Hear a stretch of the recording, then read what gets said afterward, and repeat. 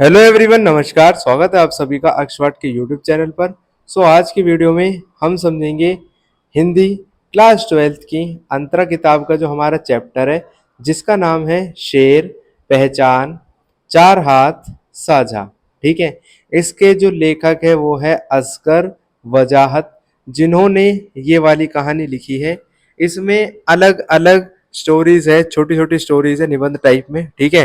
पहला है शेर, फिर पहचान। तो आज की वीडियो में इन सारे निबंधों को पढ़ेंगे बिल्कुल आसानी से, आसान लैंग्वेज में।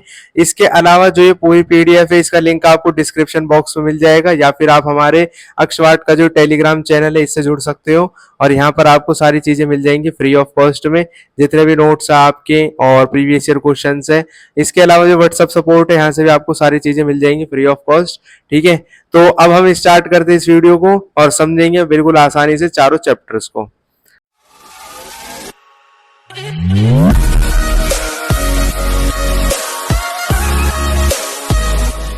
तो देखो, सबसे पहले अगर हम बात करें तो शेर और पहचान, जो ये वाले निबंध है ना, इसके शेर वाला और पहचान वाला, इसमें तो बताया गया है सरकार के बारे में। लेखक ने क्या किया है, सरकार की कमियों को, या हम कहें सरकार के अत्याचार को, सत्ता के अत्याचार को दिखाया। ठीक है। किताब के अंदर जहां कहीं भी सत्ता लिख रहा हो ना, तो समझ जाना कि वो सरकार की बात है। जो ये वाला है हमारा चार हाथ वाला और साझा वाला है, इसमें बात करी गई है जो बड़े बड़े उद्योगपति होते हैं ना, जो बड़े बड़ा बिजनेस चलाते हैं, उनकी बात इसमें करी गई है। ठीक है। तो अब इसमें ज्यादातर जो बात है वो ये बताई गई है कि किस तरीके से गरीब जनता का अत्याचार किया जाता है, गरीब जनता के ऊपर अत्याचार करते हैं, उनका शोषण किया जाता है। इसको अलग अलग एग्जाम्पल से बताया गया है। ठीक है। तो सबसे पहले इसका परिचय देख लो। तो इस अध्याय में सुप्रसिद्ध कहानीकार जो असगर वजाहत है, जो कहानीकार है यानी कि जो लेखक है असगर वजाहत द्वारा रचित, ये चार अत्यंत प्रसिद्ध लघु कथाएं हैं, यानी कि छोटी छोटी स्टोरीज हैं। शेर, पहचान, नेक्स्ट इस चार हाथ और फिर साझा। ये चारों कहानियां प्रतीकात्मक और व्यंग्यात्मक शैली में लिखी गई है, यानी कि इनमें व्यंग्य किया हुआ है। जब भी आप बोर्ड की तैयारी कर रहे हो, बोर्ड का एग्जाम्स दोगे, तो आपको ये बात याद रखनी है कि जो वर्ड्स होंगे ना, वो इजी वर्ड्स आप लिख कर आओगे, तो आपको आसानी रहेगी याद करने में भी और लिखने में भी। ठीक है। अगर प्रतीकात्मक, व्यंग्यात्मक याद नहीं रही, तो सिंपल याद रखना कि इस कहानी में व्यंग्य किया गया है आज की सत्ता के ऊपर और उद्योगों के ऊपर।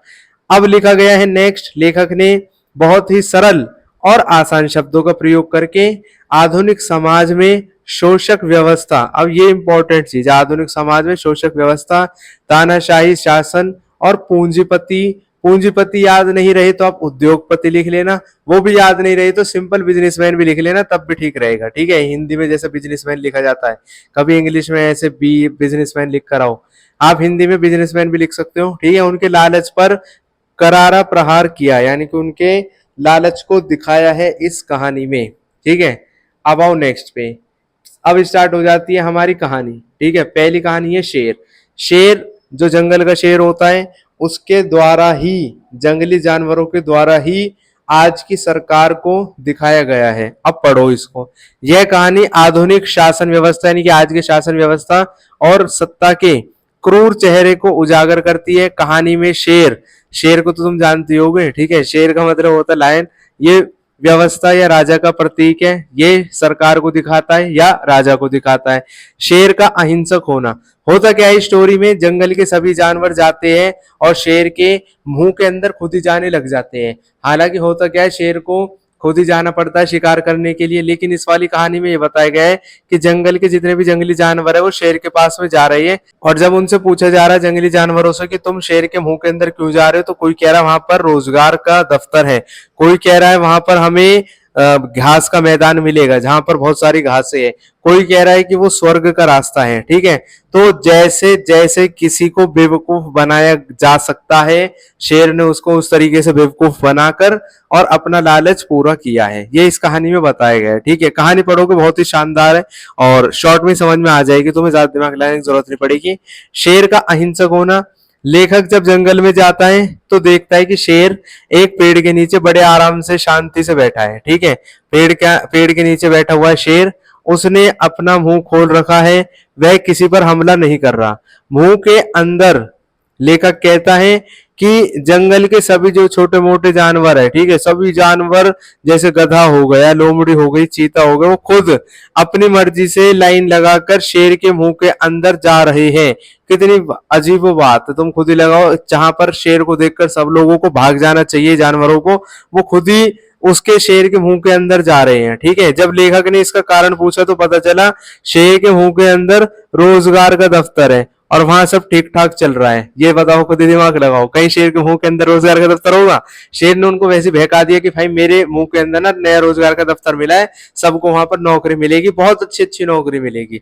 इसके अलावा शेर ने उनको ये भी बात बोली है कि मेरे मुंह के अंदर घास के मैदान भी है, ठीक है, तुम्हें वहां पर लाइन लगाकर खड़ा नहीं रहना पड़ेगा, तुम्हें वहां पर आराम से घास मिल जाएगी। इस तरीके से बेवकूफ बनाया हुआ है। अब मुख्य संदेश क्या है जो तुम्हें याद रखना है? जो हमारी आज की जनता है, भोली भाली जनता, ठीक है, वो भी अपनी सुख सुविधा और आजीविका की लालच में, यानी कि उसके लालच में, लालसा में भ्रष्ट व्यवस्था के गुलाम बन जाते हैं। यानी कि जो आज की हमारी सरकार है, आज का नहीं कहेंगे हम कोई भी समकालीन सरकार की बात कर रहे हैं। ठीक है, चैप्टर में बहुत साल पहले का लिखा हुआ है और इसमें यह बात बताई गई है कि समकालीन जो शासन व्यवस्था थी उस समय में भी सुख सुविधा और आजीविका का लालच इतना ज्यादा है कि जो लोग हैं वो भ्रष्ट नेताओं के गुलाम बनते जाते हैं। जैसे ही लेखक शेर के मुंह में जाने से मना करता है तो शेर उसकी तरफ खूंखार हो जाता है। शेर कहता है अरे तो बहुत बेकार आदमी है, देखो आ ही नहीं रहा है अंदर, मैं तो इसकी भलाई की बात कर रहा हूँ, ठीक है।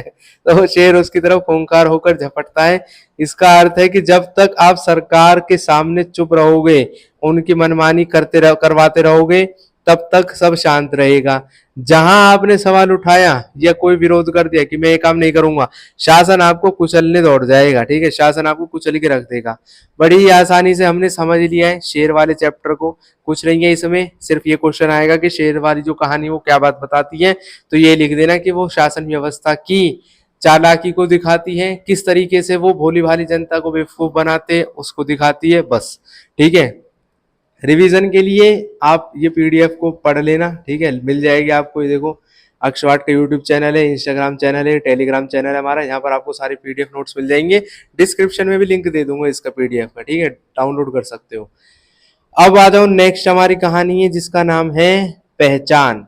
अब ये पहचान वाली जो कहानी है इसको आप समझ लो, ये तो बहुत ही ज्यादा आसान है। इसमें क्या बात बता रखी है? यह कहानी एक तानाशाह सत्ता की बात करती है।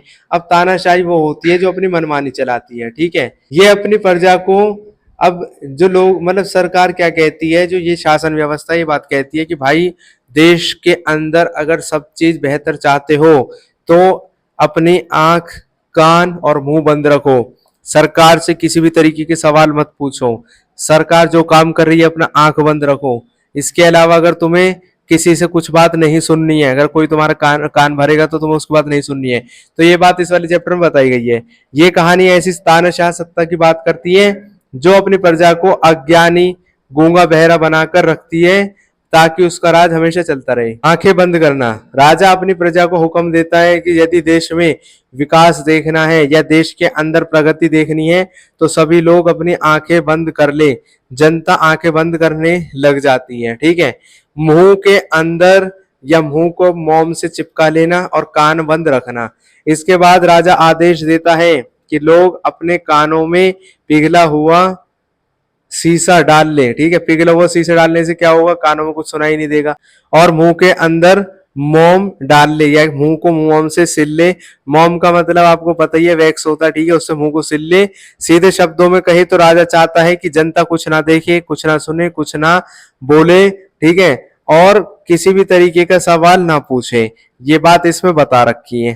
तो जैसा जैसा सरकार या सत्ता बोलती है लोग वैसा वैसा काम ही करते चलते हैं। फाइनल में क्या होता है? खतरनाक अंत होता है। जब लंबे समय बाद जनता अपनी आंखें खोलती है, उन्हें एहसास होता है उनके सामने से उनका सब हक छीन लिया गया है, सब कुछ गायब हो चुका है। अब वो पूरी तरीके से कठपुतली बन चुके हैं। ये वाली चीज इसमें बताई गई है। तो जो पहला हमारा चैप्टर है और जो दूसरा हमारा चैप्टर लघु कथा है वो खत्म हो गई है। पहले वाले में बात थी शेर की, उसमें भी शासन व्यवस्था को बताया गया था। दूसरी जो हमारी स्टोरी है पहचान, इसमें भी शासन व्यवस्था के बारे में बात हो रखी है। अब जो हमारी आएगी तीसरी लघु कथा, इसका नाम है चार हाथ। ये बात करती है मजदूरों के बारे में, उद्योगपतियों के बारे में, बिजनेसमैन के बारे में। ठीक है, इसमें क्या बात बता रखी है, चार हाथ में, इसके नाम से पता चल रहा होगा चार हाथ। ठीक है, होता क्या, मजदूरों के दो हाथ होते हैं, सबके पास में भगवान के यहाँ से दो हाथ आते हैं। ठीक है, अब दो हाथ होने के बाद में भी मजदूर अपनी पूरी मेहनत करते हैं और अपनी कंपनी को ऊंचा उठाने का प्रयास करते हैं। लेकिन जो उद्योगपति रहता है वो सोचता है कि यार अब भी मुझे थोड़ा, जितना प्रॉफिट मैंने सोचा था, जैसे लेट सपोज वो सोच रहा था कि उसकी कंपनी को 50 करोड़ का प्रॉफिट हो रहा है, तो वो सोच रहा है कि इस 50 करोड़ को मैं किस तरीके से 100 करोड़ में कन्वर्ट कर दूं कि मुझे 100 करोड़ का प्रॉफिट हो। तो वो दिमाग लगाता है कि मैं अपने मजदूरों के ना चार हाथ लगवा दूंगा। चार हाथ लगवाने से क्या होगा, ये लोग ज्यादा मेहनत कर पाएंगे, ज्यादा मजदूरी करेंगे और मुझे ज्यादा प्रॉफिट होगा। अब देखो अपना लालच करने के लिए आदमी किस किस तरीके का दिमाग लगाता है। ठीक है, खुद दिमाग लगाओ ये। अब होता क्या है, वो मजदूरों के लकड़ी के हाथ लगा देता है, फिर उससे वो फिटिंग विटिंग तो कर देता है, लेकिन काम कैसे करेंगे वो। फिर उसके बाद वो क्या करता है, दो हाथों को और लोहे के लगवा देता है। फिर वो सोचता है ये भी काम नहीं कर रहे, एंड में वो क्या करता है, मरे हुए लोगों के हाथ निकलवा के और वो लगवाने की कोशिश करता है। और जब वो ऐसा कर रहा होता है तो जो मजदूर सही थे उनके भी हाथों में दिक्कत हो गई। ठीक है, अगर तुम यार कोई भी इंसान हो उसकी जिंदगी के साथ में छेड़खानी करोगे या उनके बॉडी पार्ट्स के साथ में छेड़खानी करोगे तो दिक्कत हो जाएगी। तो लास्ट में वो मजदूरों के ऊपर बहुत ज्यादा दिक्कत हो जाती है। फिर उसके बाद में ये बताया गया है कि लास्ट में ये उद्योगपति के अंदर एक आइडिया आता है। इतनी सारी बेवकूफ भरी हरकत करने के बाद भी ये नहीं मानता।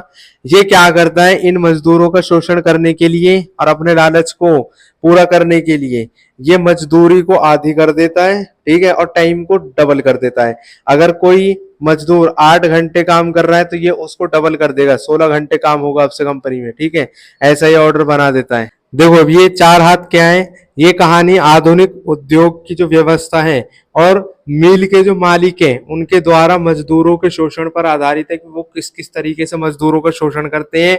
उत्पादन दुगना करने की चाह, एक मिल मालिक क्या करता है, अपना लालच बढ़ाने के लिए सोचता है कि काश मजदूरों के दो की बजाय चार हाथ होते।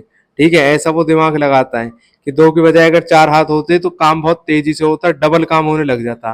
फिर वो क्या करता है, एक एक्सपेरिमेंट करता है। ठीक है, एक्सपेरिमेंट करने के लिए वो क्या करता है, वो जो मालिक होता है वो मजदूरों के शरीर पर लकड़ी के हाथ, फिर लोहे के हाथ और लास्ट में मरे हुए आदमियों के हाथ फिट करवाने की कोशिश करता है। वो कहता है कि जो लोग इनके नकली हाथ ही लगवा देते हैं। ठीक है, लेकिन सारे मजदूर मर जाते हैं। फिर वो पूंजीपति सोचता है कि यार ये तो मजदूर मर गए हैं, अब मैं एक काम करता हूँ, इनकी मजदूरी आधी कर देता हूँ, तब भी मुझे फायदा हो जाएगा। और अगर ये 8 घंटे काम करे और अगर ये 16 घंटे काम करेंगे तब भी मुझे फायदा हो जाएगा। तो वो उनके काम के पीरियड को डबल कर देता है और उनकी सैलरी को आधी कर देता है। इस तरीके से अपने लालच को बढ़ाता है। अब ये इंपॉर्टेंट है, पूंजीपति का असली दाव। अब वो क्या करता है, जब सारे तरीके फेल हो जाते हैं ना, तो मालिक एक नया नियम निकालता है, मैं मजदूरों की मजदूरी आधी कर देता है, उनकी सैलरी आधी कर देता है और काम का जो टाइम है वो डबल कर देता है। इस प्रकार वह बिना नए हाथ लगाए कम पैसे में चार हाथों जितना काम वसूल लेता है। देखो कितना तेज दिमाग लगाया उसने। ठीक है, तो ये कहानी हमें बताती है कि किस तरीके से मजदूरों के साथ में शोषण किया जाता है। नेक्स्ट और हमारी जो लास्ट है लघु कथा, जिसका नाम है साझा। अब साझा का मतलब जो हिंदी मीडियम वाले बच्चे हो तो समझ गए होंगे, और जो इंग्लिश मीडियम वाले बच्चे उनको मैं बता देता हूँ। साझा का मतलब होता है पार्टनरशिप। ठीक है, जैसे कभी कभी आप अपने स्कूल में करते भी हो पार्टनरशिप, स्कूल के किसी दोस्तों के साथ में। ठीक, कि तू भाई 50 रुपए मिला ले, मैं 70 रुपए मिला लेता हूँ, और जितने का सामान आएगा फिर बाद में हिसाब करते रहेंगे। तो पार्टनरशिप का मतलब होता है कि जब आप किसी को अपना पार्टनर बना लेते हो किसी भी काम में। ठीक है, अब यहाँ पर बात आती है किसानों के। तो किसान क्या करता है, गरीब होता है, गरीब किसान को डर बहुत लगता है। वो कभी डरता है कि भाई कहीं जंगली जानवर आके उसकी फसल खराब ना कर दे, कभी कोई आदमी आकर उसको ना डराने लग जाए। तो वो अपने से ताकतवर आदमी के साथ में पार्टनरशिप करने लग जाता है। वो हाथी को यानी कि एलिफेंट को अपना पार्टनर बना लेता है। वो कहता है कि भाई हाथी भाई, हम दोनों मिलकर खेती करेंगे, जितना मुनाफा होगा फिर 50-50% कर लेंगे। अब हाथी भी खुश और किसान भी खुश। किसान सोचता है उसका फायदा हो रहा है, हाथी को बताइए कि हाथी का ही फायदा हो रहा है। ठीक है, किसान पूरे दिन मेहनत करता है, गन्ने की खेती करता है। ठीक है, उसमें फसल में पानी डालता है और उसको कीटाणुओं से बचाता है, वगैरह वगैरह जो भी काम होता है खेती में सारे काम करता है। और लास्ट में जब बंटवारे का टाइम आता है, जब गन्ने बहुत ज्यादा बड़े हो गए हैं, अब उनको बंटवारा करना है, तो किसान और हाथी दोनों मिलकर बंटवारा करने लग जाते हैं। वो क्या करते हैं, एक तरफ से हाथी किसान मतलब एक तरफ से हाथी गन्ने को खाता है, एक तरफ से किसान गन्ने को खाता है। तो हाथी तो तुम्हें बताइए भाई हाथी है, ठीक है, वो 2 बाइट में पूरा गन्ना खत्म। अब किसान जब तक एक मुंह खाए तो जब तक हाथी पूरा गन्ना खत्म कर दे, फिर ऐसे दूसरा गन्ना, तीसरा गन्ना, ऐसे करते करते पूरी फसल को खा लेता है हाथी। और लास्ट में किसान के हाथ में कुछ नहीं बचता है। तो किसान को समझ में आ जाता है कि भाई उसके साथ में ठगी हो गई है, यानी कि उसके साथ में धोखा हुआ बहुत बड़ा। तो ये कहानी भी बड़े बड़े उद्योगपतियों की असली कहानी को बताता है, किस तरीके से छोटे छोटे जो पूंजी मतलब जो बड़े उद्योगपति होते हैं, बड़े पूंजीपति होते हैं, वो छोटे छोटे जो मजदूर लोग हैं या छोटे छोटे जो बिजनेसमैन है उनको किस तरीके से खा जाते हैं, उनके बिजनेस को खा जाते हैं, उसको ये बात बताता है। अब पढ़ो चैप्टर को। चैप्टर में ये बात है, यह कहानी देश के भोले भाले किसानों और चालाक पूंजीपतियों और जमींदारों के बीच जो संबंध है उनको दिखाती है। अब इसमें होता क्या है, कहानी में एक छोटा किसान अकेले खेती करने से डरता है, ठीक है, यही उसकी सबसे बड़ी गलती होती है। इसलिए वह हाथी के साथ में साझेदारी यानी पार्टनरशिप कर लेता है, वो भी हाथी के साथ में, ठीक है। हाथी यहाँ ताकतवर और चालाक शोषक वर्ग का प्रतीक है। हाथी को हाथी की तरह मत समझो, जो हमारा लेखक है ये जंगली जानवरों के द्वारा ये चीज बताना चाह रहा है कि जो बड़े बड़े उद्योगपति है, जो हमारी सत्ता है, वो कैसे काम करती है। यहाँ पर ये हाथी का एग्जाम्पल और शेर का एग्जाम्पल देकर हमें बात समझा रहा है, ठीक है। तो हाथी एक चालाक वर्ग है। जब फसल पककर तैयार हो गई तो हाथी पूरी फसल खुद हड़प जाता है और किसान के हाथ में सिर्फ निराशा और भूखमरी लगती है। लेखक सचेत करते हैं कि कमजोर को कभी भी बहुत ताकतवर के साथ साझा नहीं करना चाहिए, नहीं तो उसका घाटा हो जाएगा, ठीक है। अब नेक्स्ट में क्या चीज दे रखी है, यहाँ पर हो गई है ये कहानी खत्म। लास्ट में इसका निष्कर्ष ये बताता है कि ये लघु कथाएं जिसको लिखा है असगर वजाहत ने, ठीक है, तो ये भले ही बहुत छोटी है लेकिन इनका अर्थ बहुत गहरा है कि तुम्हें पता लग गया होगा पढ़ते पढ़ते भी। ये पाठक को सोचने पर मजबूर करती है कि कैसे एक आम आदमी जाने अनजाने में शोषक वर्ग का शिकार बन जाता है। बोर्ड परीक्षा के दृष्टिकोण से चारों कहानियों के प्रतीकों को समझना आवश्यक है, ठीक है, ये तो बात तुम्हें पता ही होगी खैर। और नीचे हमारे यहाँ पर अक्षवाट के बारे में इंफॉर्मेशन दे रखी है, इनके साथ जुड़ जाओ और अपनी पढ़ाई को और भी ज्यादा मजबूत बनाओ, ठीक है। किसी भी तरीके की दिक्कत लगे गिवन व्हाट्सअप नंबर पे आप हमें व्हाट्सअप कर सकते हो, ठीक। सारी सपोर्ट आपको मिल जाएगी, सारी चीजें फ्री ऑफ कॉस्ट है। एक चीज और मैं आपको बता देता हूँ कि ये सारी चीजें हमारी तरफ से फ्री में प्रोवाइड करी जा रही है बच्चे को, ठीक। अब हम मिलेंगे नेक्स्ट वीडियो सीरीज में। किसी भी तरीके की दिक्कत लगे आप हमसे कांटेक्ट कर सकते हो। अक्षवाट के Telegram channel, Instagram channel, YouTube channel से जुड़कर आप अपनी तैयारी को और भी ज्यादा बेहतर बना सकते हो। मिलेंगे नेक्स्ट वीडियो सीरीज में, तब तक के लिए खुश रहे, स्वस्थ रहे, जुड़े रहे अक्षवाट के साथ। जय हिंद, जय भारत।